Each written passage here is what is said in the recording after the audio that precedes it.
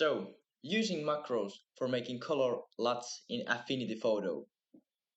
So, we're gonna start editing our photo and stuff, but at the same time, we are gonna pull the macros on, so it saves the LUTs. So, first we are gonna go Wheel, Studio, and we are gonna check that macro is on. So, here's the macro, and now just press start recording, and everything you do now will be saved.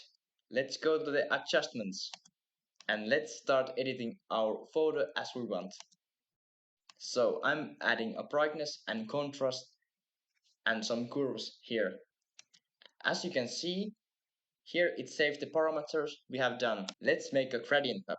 This is my favorite. So here I change these colors as I like.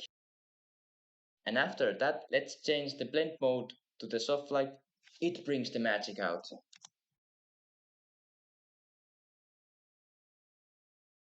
Let's do quick white balance change here. And now stop the macro to record. We click here. And now we have to save it. Click add to the library.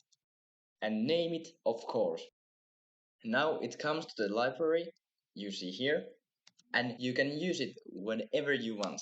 I'm gonna delete these adjustments and click that macro, so you're gonna see how it works. Now I'm gonna click the macro and voila, the LUT is on. You can do this also for other photos because it's saved on your system.